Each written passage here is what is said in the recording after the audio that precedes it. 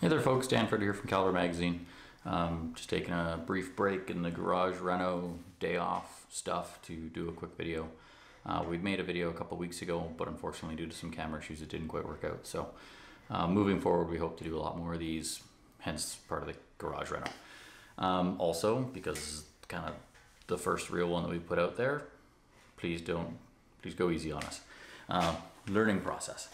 Anyways, I wanted to do a quick video about the state of guns and politics in Canada. Obviously, they're pretty controversial again as a result of the Danforth shooting and some of the headlines that we've seen come up out of that. So, just a few key points, not going to be a long one. First off, this is not a drill. It's not fake news. This is a real issue that we're facing. And the reason I say that is because Ralph Goodall stepped in front of cameras and said that they were open to potential handgun bans within 24 hours of the shooting, and he had to have information on the shooter by that time, identifying that he was not a PAL holder, the gun wasn't legal, etc., etc. So he had access to the information, but he still chose to step in front of a camera and say more laws would have solved this. The reason why I say that's evidence this isn't a drill is, simply put, he knew the gun laws wouldn't fix this. He had to know that. He knew that the gun was illegal. He knew that the guy had no PAL. If those things are the case, adding new laws to PAL holders would not have stopped the situation. So the fact that he knows this and is willing to step in front of cameras and say that we're open to a handgun ban tells you that there's another motivation here, and potentially it's political or votes, whatever it might be. We can all speculate ad nauseum on that, but it doesn't really matter. All that matters is that they are considering it. They have reasons to consider it, even though it won't do anything. So we need to get up and do something about it. So what can we do? Three things. First off, join our organization, or two or three, however many you'd like to, however many your wallet will allow.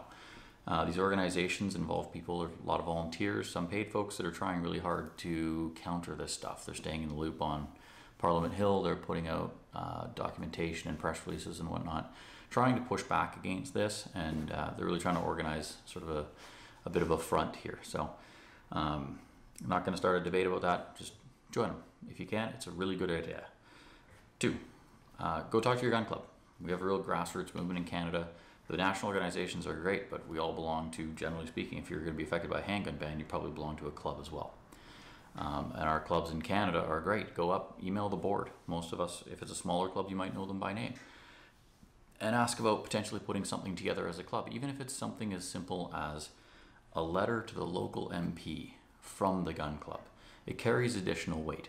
If a parliamentarian gets a letter from an organization, A, they don't know how many people are in your gun club, so they might assume it's a lot bigger. B, it just is another, if you send an individual letter and your gun club sends a letter, they're getting a lot of letters.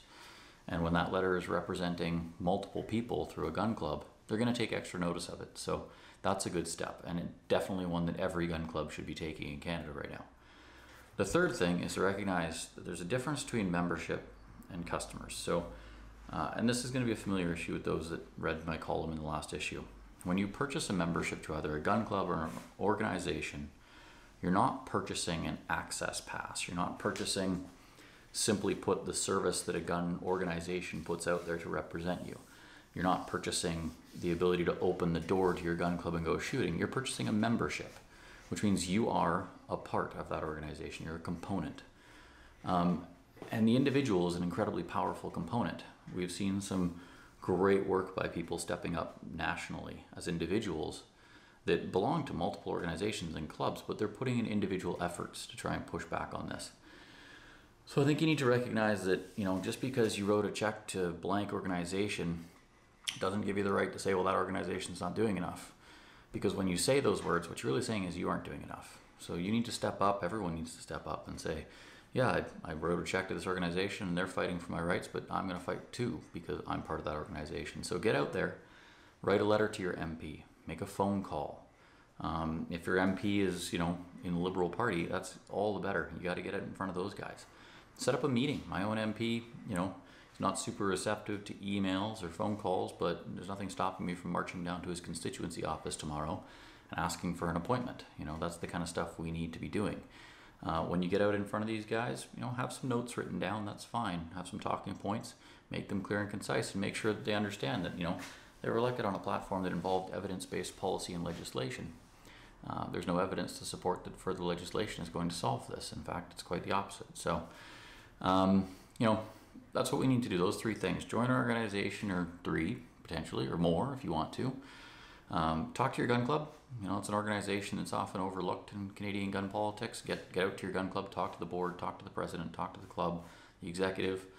Get them to provide a united front. You might need to do that on your own, but, you know, more power to you.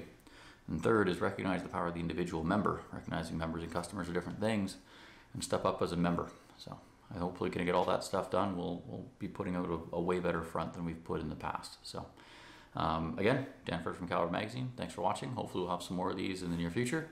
And yeah, stay safe.